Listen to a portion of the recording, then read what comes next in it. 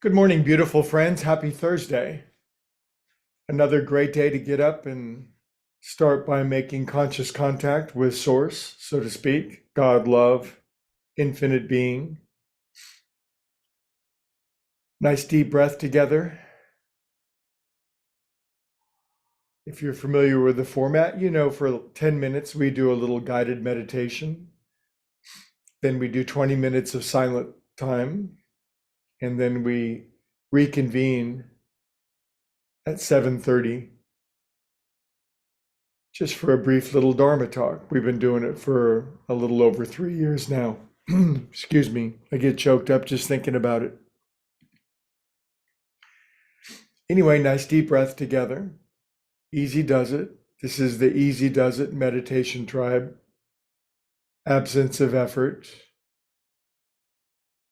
a cultivation of open-mindedness, quiet, willingness, readiness, but without effort or trying.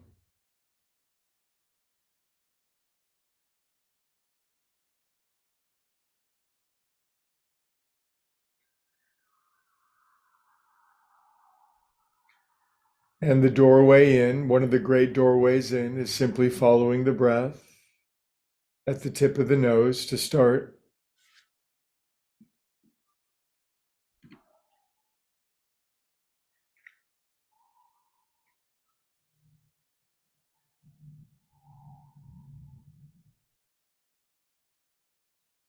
Shoulders settle. It's okay to sink into your chair. Relax facial expression. Although none of us do it, you know people who have a facial expression stamped into their face, right? It's been welded in like a branding iron, whether it's that tight fake smile or the frown or the, you know what I'm talking about, but we can relax our face, keep it relaxed and calm and easygoing.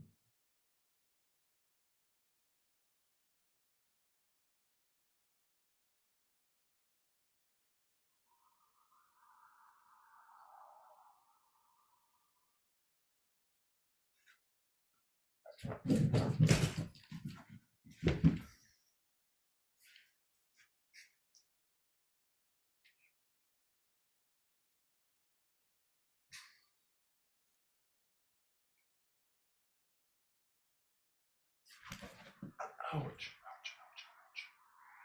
Looney, my meditating cat, says good morning. He's out of his absolute mind right now. I'm in danger of, thank God I meditate. Let's chant Om together. Big inhale.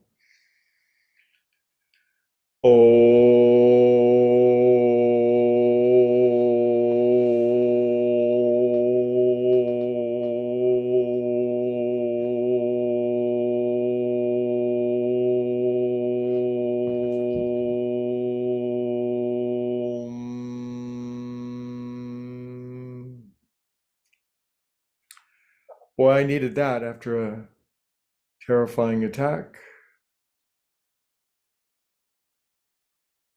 Good, and now we can move our breathings down lower into our body.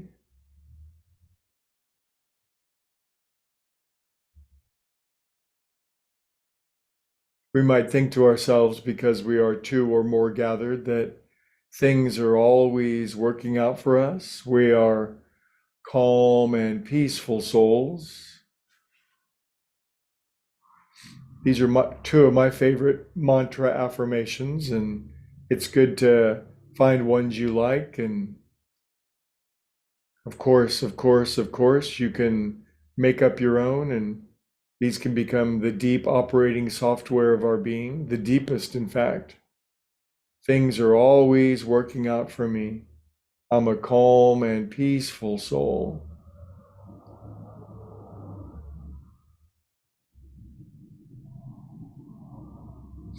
If we don't write our own software, someone else writes it for us, and it operates until we change it.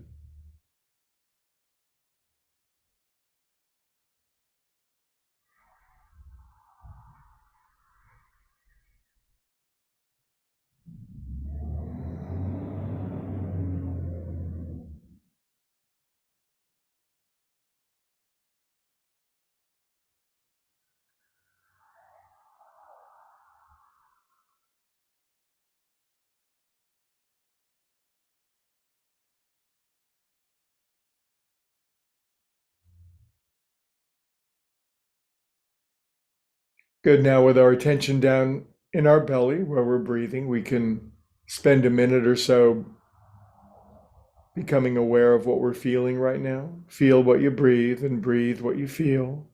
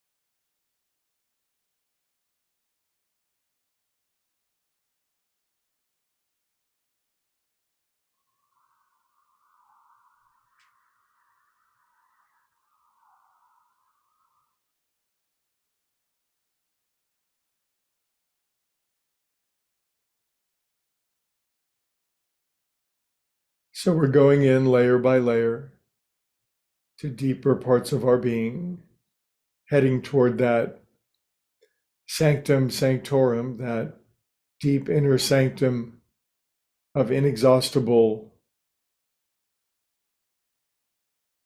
limitless quiet and peace.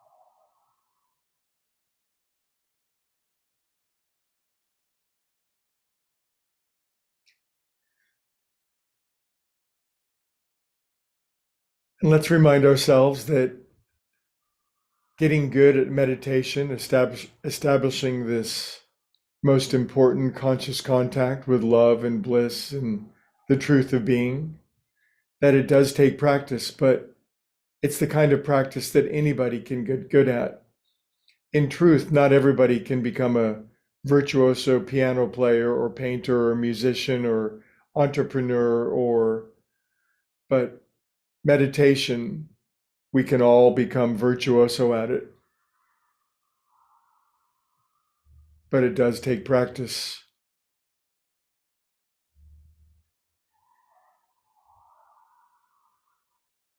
All right, we will chant Om one more time and we'll go into our 20 minutes. Nice big inhale.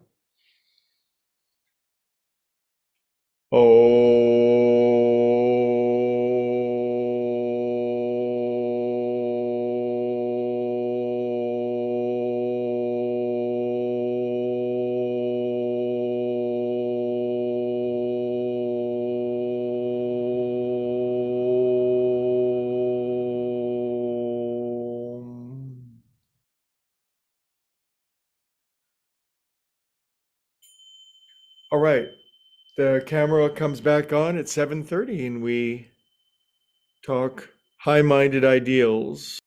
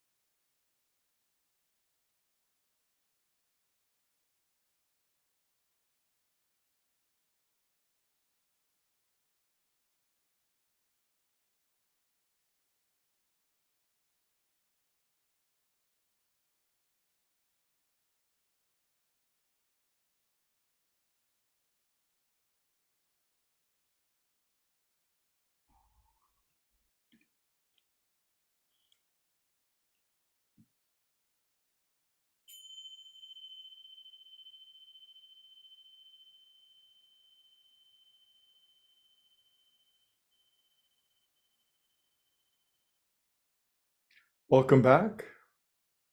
Welcome back.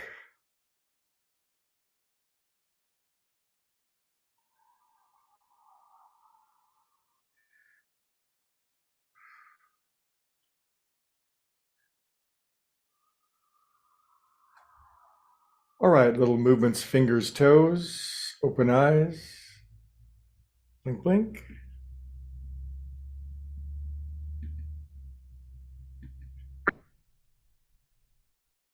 Pet your cat.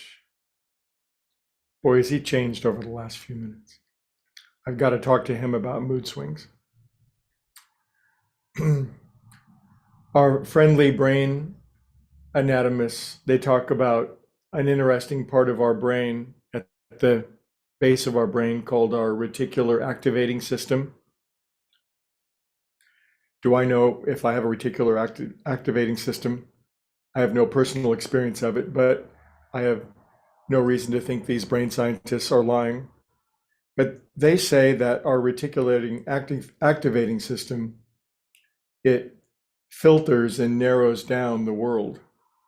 And it has to, because there's so much stimulation coming in at any given moment. I mean, virtually an unlimited amount of data bits, I guess you might say. And if it all came in at once, if our brain didn't filter or constrain that down, we couldn't make sense of anything. The world would be noise. It would be, the world wouldn't be the world. And so a unique feature of our brains is that it narrows down an unlimited amount of input down to a manageable bit, although anybody's manageable bit might be anything but manageable, if you know what I mean. But anyway, it does narrow things down. And so we might say that there's an infinite amount of stimuli out there, and everybody has a reticular activating system. Everybody's narrowing it down. So it's a given that our brains do that. What the variable is the variable that your brain narrows your reality down to, and the variability that my brain narrows it down to. Can you see the difference? In other words, you're you because your brain filters reality in your way, and I'm me because my brain filters it my way. Now, it's possible that what we're seeing is so fantastically limited that we're scarcely seeing anything at all. I mean, even if you just think about spectrum of light, we see an extremely narrow band of spectrum of light, and there's so many more colors, and this goes throughout all the vibrational wavelengths. So we narrow reality down, and then reality gets small and constrained. We come up with certain attitudes and opinions. They become fixed in our brain, and then that's all we see anymore. And this is a condition that happens to all humans. Now, on the one hand, it's a good thing. It helps us to remember our name and where our house is and where we left our car keys, or not. But I think you get the point. But if we're narrowing reality down like that, it's important to remember that our brains are filtering systems, and that the story that I'm reminded of, I've read a great deal of information on near-death experiences, and when people have these amazing experiences of the other side, so to speak, so many of them report that in a instantaneous flash, they're downloaded with the great secrets of the universe, or understanding that was a trillion times more than they had ever even began to think about or grasp before, because they're not using their brain anymore. Now, we think, of course, that without a brain, that there's no consciousness, but nothing could be further from the truth. We're infinite spiritual beings temporarily using a brain in a physical environment to narrow things down into something that is a game that we can play, you might say. But one of these days, it's pretty obvious that our brains are not going to be operational anymore. Do you agree? I don't think there's any, I think that is indisputable. One of these days, our brains are not going to be operational anymore. But will we be? Of course we will be. We simply will have shed our human filtering system and we will return to the joy and delight of an almost infinitely larger expanse of knowing reality. But as I like to say, why wait? So when we meditate, we soften this kink in the hose, this constraint in reality, and this enables us every day to see things in fresh, new ways, new ideas. Doesn't mean we have to abandon everything we've learned to this point. It just means we can always be taking in more. Because if you went to the Atlantic Ocean and you needed some seawater, you could show up with a thimble or a cup or a super tanker. You could have as much as you want, but you can only take the size of your consciousness. So keep meditating and keep trusting that with sufficient meditation, that will always see more, more will be revealed, and that will always result in greater joy and love and fulfillment in being. Okay, you guys, I look forward to visiting with you tomorrow.